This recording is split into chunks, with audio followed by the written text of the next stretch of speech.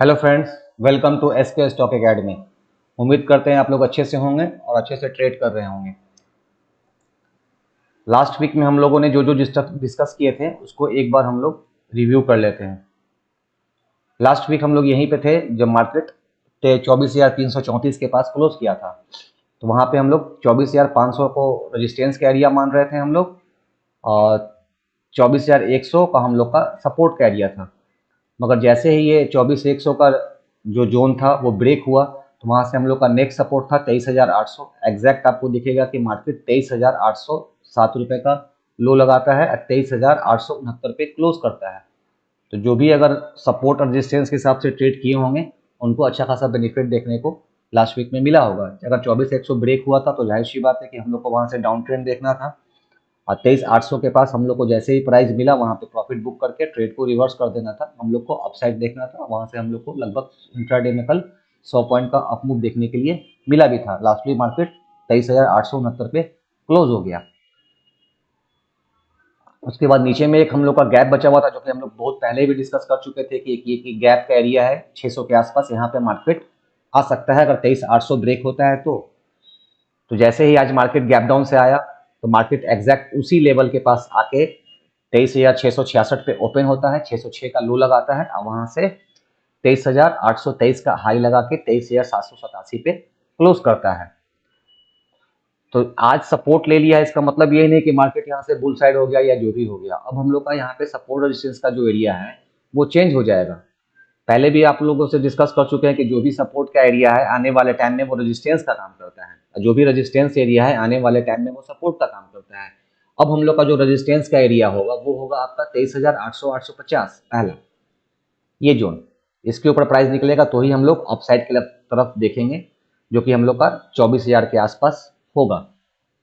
अगर जैसे ही 23,600 के नीचे अगर गैप डाउन से मार्केट ओपन होता है तो हम लोग को 23,300 का जो एरिया है वो आसानी से अचीव होते हुए हम लोग को दिख सकता है आने वाले दिनों में।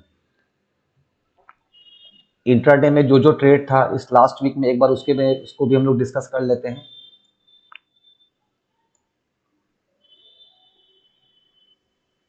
हाँ, इंट्राडे में यहाँ पे 20 तारीख को एक ट्रेड बना था हम लोग का ये फर्स्ट कैंडल लाइन को हटा देते तो आपको समझ में आएगा। ये जो हम लोग का सेटअप है डोजी वाला, फर्स्ट कैंडल के 10 मिनट में ही पूरे दिन मार्केट ट्रेड करता रह गया हम लोग का मंडे को। तो कोई खास ट्रेड हम लोग को बना नहीं। एक सपोर्ट के पास फर्स्ट कैंडल मतलब डे लो के पास वहाँ पे एक पॉजिटिव साइन मिला तो थोड़ा सा हम लोग को यहाँ से 70-80 पॉइंट का अप मूव देखने के लिए मिला था, जो कि डे हाई के पास जाके मार्केट रुक गया। नेक्स्ट डे मार्केट कल के हाई के पास ही लगभग जो मंडे का हाई था एग्जैक्ट मार्केट उसी हाई के पास से रिजेक्शन लेता है और वहाँ से हम लोग को डाउन ट्रेंड देखने के लिए मिलता है, जो कि फिर अब अगले दिन के लो के पास मार्केट फिर सस्टेन कर जाता है। तो दो ट्रेड हुआ था हम लोग को, मगर जैसे ही 2 दिन का जो ये लो है मंडे या ट्यूसडे का ब्रेक होता है और मार्केट 24,100 के नीचे अगर 10 मिनट के टाइम फ्रेम पे भी क्लोज कर देता है बड़े कैंडल से, तो वहाँ से हम लोग को आराम से लगभग 150 पॉइंट नीचे की तरफ देखने के लिए मिला। क्योंकि हम लोग जैसे ये ब्रेक हुआ 24,100 के नीचे और ये लो लगाता है 23,966 के आसपास, तो लगभग 100 पॉइंट से प्लस भी हम लोग को इंट्राडे में देखने के लिए मिला। उसके बाद थर्सडे को भी सेम पोजीशन हुआ, मार्केट गैप डाउन ही खुली, मगर अगले दिन का जो क्लोजिंग था एग्जैक्ट उसके पास जाके जहाँ पे मार्केट क्लोज हुई थी बुधवार को, वहाँ थर्सडे के दिन उसके हाई के पास जाके वहाँ से एक शार्प फॉल आई, जो कि वो फॉल थी आपका 23,800 के आसपास, जो कि हम लोग का सपोर्ट एरिया था। सपोर्ट पे आपको दिखेगा भी कि एक हैमर टाइप का कैंडल बनता है, उसके ऊपर क्लोज होता है वहाँ पे, और वहाँ से हम लोग को लगभग 100 पॉइंट के आसपास का अपमूव देखने के लिए मिला। उसी दिन फिर मार्केट फिर आया 807 के आसपास, फिर वहाँ से हम लोग को लास्ट के 40 मिनट्स में हम लोग को वहाँ से एक 70-80 पॉइंट का अपमूव देखने के लिए मिला, जिसके कारण सेंसेक्स में लास्ट में कॉल साइड में काफ़ी अच्छा मोमेंटम देखने को मिला होगा। आज का जो ट्रेड था वो ऑलरेडी गैप डाउन था। प्लान यही था कि जब भी सपोर्ट के पास अगर मार्केट खुलता है 23,650 या 640 के रेंज में, अगर मार्केट 600 के आसपास दिखता है, कोई पॉजिटिव साइन मिलता है तो हम लोग को वहाँ पे बाई का ट्रेड देखेंगे। 10 मिनट में तो कोई पॉजिटिव साइन मिला नहीं, मार्केट यहाँ पे सस्टेन किया। अब यहाँ पे हम लोग यूज़ किए अपने वीवेब का जो हम लोग का सेटअप है, कि प्राइस नीचे आया और दोबारा वीवेप के ऊपर आ जाए तो हम लोग प्रीवियस कैंडल के लो का एसएल मान के हम लोग बाई का ट्रेड लगाएंगे, जो कि आपको यहाँ फ्यूचर में दिखेगा। ये चीज़ें स्पॉट्स में वीवेप यूज़ होता नहीं है, तो आपको दिखेगा कि यहाँ पे प्राइस वीवेप के नीचे ट्रेड कर रहा था। एक्यूमुलेशन करने के बाद एक अच्छे कैंडल के द्वारा प्राइस यहाँ पे वीवेप पर क्लोज हुआ। ये लो का एसएल मान के हम लोग को बाई का ट्रेड लेना था, जो कि ज़्यादा बड़ा एसएल था नहीं। हम लोग का एंट्री थी हमारी 698 पे, मतलब 40 पॉइंट का एसएल था। 40 पॉइंट के एसएल के हिसाब से हम लोग को अप्रॉक्स 120 पॉइंट 1:3 तो हम लोग को आराम से अचीव हो गया। तो ये तो बात हो गई लास्ट वीक में कैसे ट्रेड करना था, क्या सपोर्ट था, क्या रेजिस्टेंस था, जैसे भी हम लोग डिस्कस किए थे। अगर आप लोग प्रॉपर प्लान से अगर उस चीज़ पे अगर काम करते हैं कि जो भी रेजिस्टेंस पे आएगा तो क्या करना है, सपोर्ट पे आएगा तो क्या करना है, अगर पहले से प्लान कर लेते हैं कि मार्केट यहाँ ओपन होगा तो हमको ये ट्रेड करना है, मार्केट यहाँ ओपन होगा तो हमको वो ट्रेड करना है, तो आपको आने वाले दिन में जो भी ऑप्शन में लोग डरते हैं उनको कोई परेशानी नहीं होगी।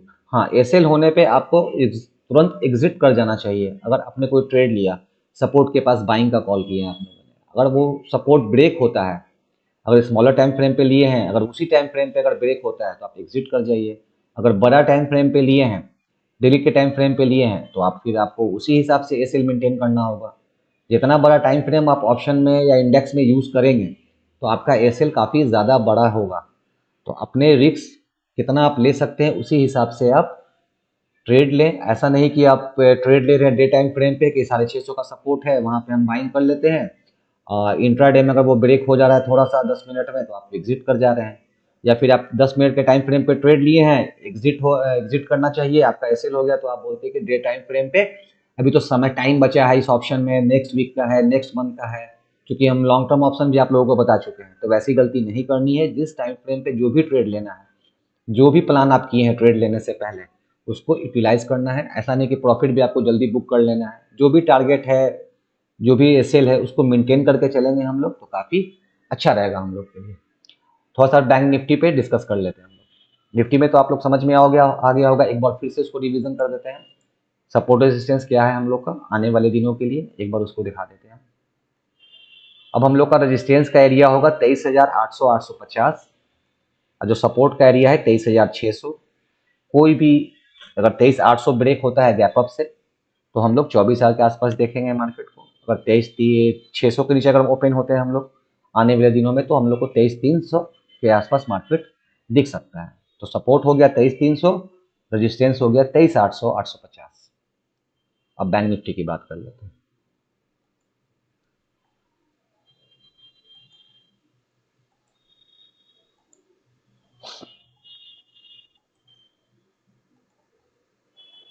बैंक निफ्टी में आपको दिखेगा कि हम लोगों ने डिस्कस किया था लास्ट वीक में कि 58,800 का जो एरिया है वो काफ़ी अच्छा सपोर्ट का काम करेगा, जो कि ये हाई था। ठीक है, कि इसके ऊपर अगर प्राइस ओपन होता है गैप अप से तभी हम लोग को ऊपर की तरफ देखना है ट्रेड, नहीं तो हम लोग को डाउन ट्रेंड ही देखना है। जैसे ही प्राइस हम लोग का एक सपोर्ट था, हम लोग लास्ट वीक इसके बारे में भी डिस्कस किए थे कि 57,500 अच्छा सपोर्ट का काम करेगा, और आपको 58,800 के 800 का जो एरिया है वो रेजिस्टेंस का काम करेगा। तो आपको दिखेगा कि सेम डे जिस दिन मंडे को मार्केट ओपन हुई, तो आपको यहाँ दिखेगा कि 57,533 का लो लगा के मार्केट सस्टेन कर गया। उसी लेवल से मार्केट वहाँ से 400 पॉइंट के आसपास अपमूव दिया। अगले दिन का कोई खास ट्रेड था नहीं, क्योंकि हम लोग सपोर्ट के पास तो मंडे को ही सुबह सुबह अगर मार्केट यहाँ पे दिखा होगा आपको, इसको स्मॉलर टाइम फ्रेम पे एक बार देख लीजिए, और लास्ट वीडियो भी देख लीजिएगा कि 57,500 का जो एरिया था वो हम लोग सपोर्ट की उसकी बात किए थे या नहीं किए थे।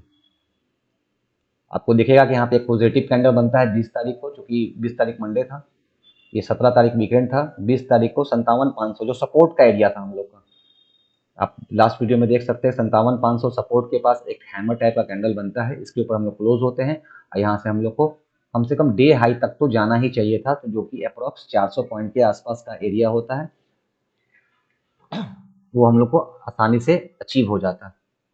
अगले दिन जैसे ही फर्स्ट कैंडल ही ये 57,500 ब्रेक कर दिया, तो पहले ही बताया गया कोई भी सपोर्ट अगर सुपर कैंडल, तो आपको इंट्राडे में दिखेगा कि सुपर कैंडल के द्वारा ये ब्रेक हो गया। अब हम लोग का नेक्स्ट सपोर्ट का जो एरिया था वो था 56,500, जो कि आपको यहाँ पे दिखेगा। 57,000 का सेम डे लगाया, नेक्स्ट डे आपको 56,400 500 के जोन से फिर मार्केट सस्टेन कर गया। मतलब यहाँ पे अगर किसी ने ट्रेड लेके अगर रखा होगा 56,500 का वेट किया होगा तो उसको काफ़ी अच्छा पैसा मिला होगा, क्योंकि देखिए प्राइस का तो बिहेव है जिग जैग करके जाना, और ऑप्शन का बिहेव है मिल्ट होना, प्राइस का मिल्ट होना। तो आप लोग को हेजिंग भी बताया हुआ है।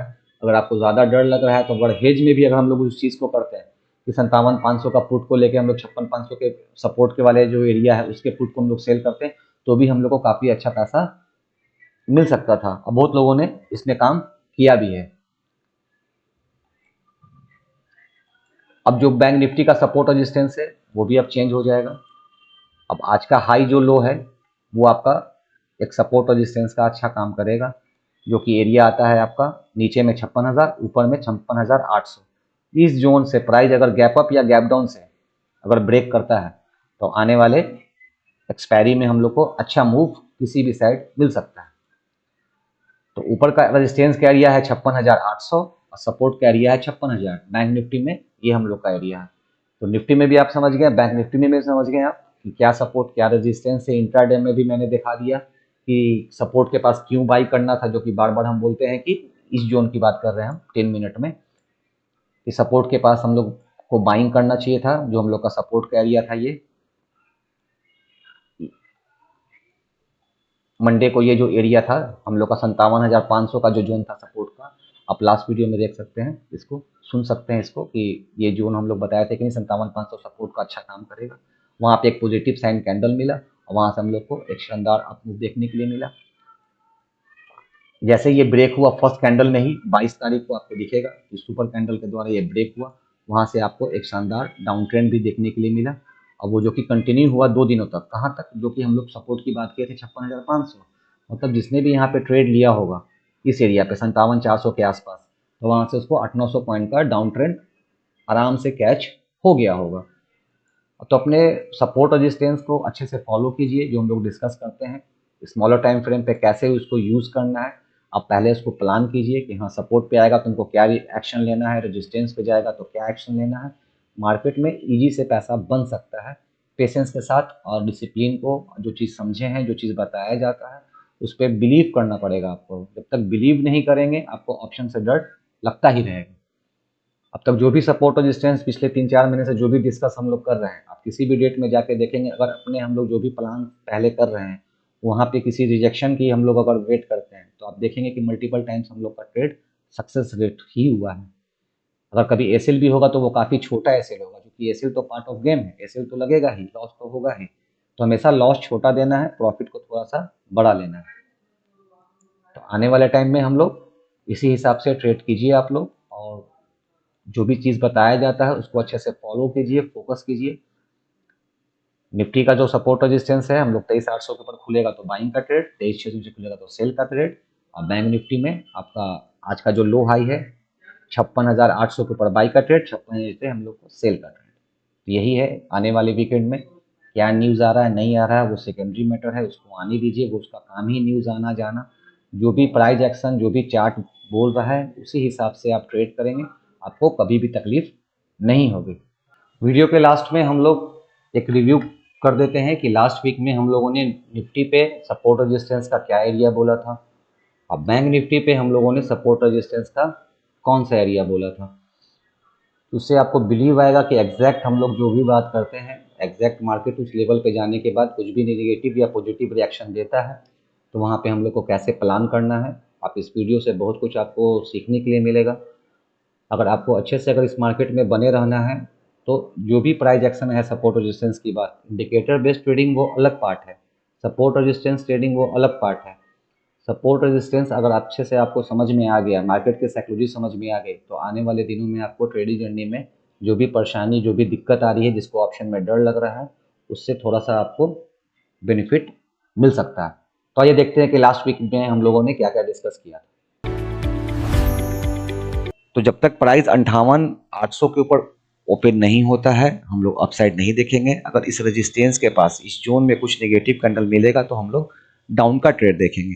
तो बैंक निफ्टी में हम लोग का रेजिस्टेंस का एरिया हो गया 58,800 और दूसरा एरिया हो गया 59,300। नीचे में सपोर्ट की बात करेंगे तो आपको बैंक निफ्टी में 57,500 का पहला सपोर्ट है और दूसरा सपोर्ट है 56,500। तो निफ्टी का भी आप लोग को बता दिए कि निफ्टी का जो रेजिस्टेंस एक बार फिर बता देता हूँ कि 24,550 600 रेजिस्टेंस का एरिया है, 24,100 सपोर्ट का एरिया है। अच्छा वाला सपोर्ट आपका 23,800 होगा। इंट्राडे में जो भी सेटअप मिलेगा हम लोग को उसी हिसाब से ट्रेड करना है।